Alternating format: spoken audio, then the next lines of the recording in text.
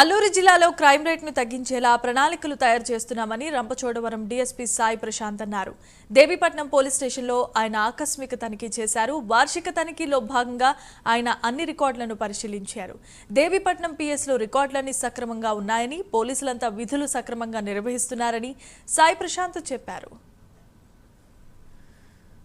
ప్రతి సంవత్సరం వార్షికంగా యాన్యువల్ ఇన్స్పెక్షన్స్ జరుగుతుంటాయి. సో అందులో భాగంగానే ఈరోజు మన Rampachodavaram sub division Rampachodavaram circle లిమిట్స్లో ఉన్న దేవీపట్నం స్టేషన్కి రావడం జరిగింది.